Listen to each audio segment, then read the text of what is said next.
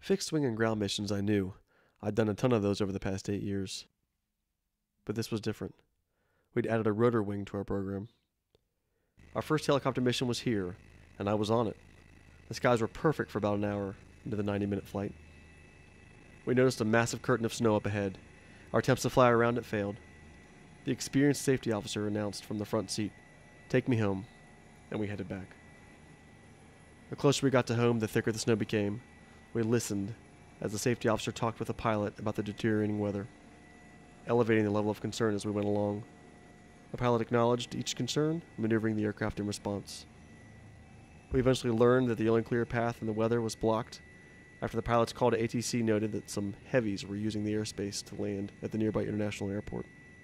So a turn in their direction was out. The safety officer again elevated her alarm. The pilot looked for a solution. I made eye contact with my partner and pushed my microphone up above my visor. "We need to land now," I mouthed to her as I pointed to my eyes and then out towards the snow. "Then you tell him," she said, pointing a nervous finger at me. "No, you tell him."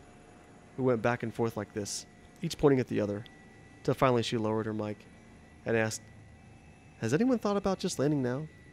"Great idea," the pilot and safety officer announced, as if the drill had ended, as if the novice crew members in the back finally understood the lesson. We descended toward the town below. I reflected.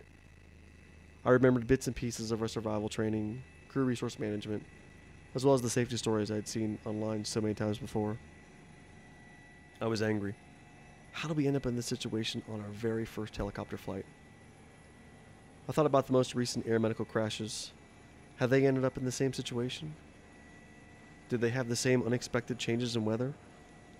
At that point I realized this new facet of our program was very different from what I was used to. There was no option to pull over, find shelter, fly above the weather carefree in our jet. Then it clicked. Like a switch had been flipped. This is the dynamic environment we learned about. The pilot and safety officer weren't just in the mood to have a conversation. They were both active participants of the flight, both relying on each other to proceed.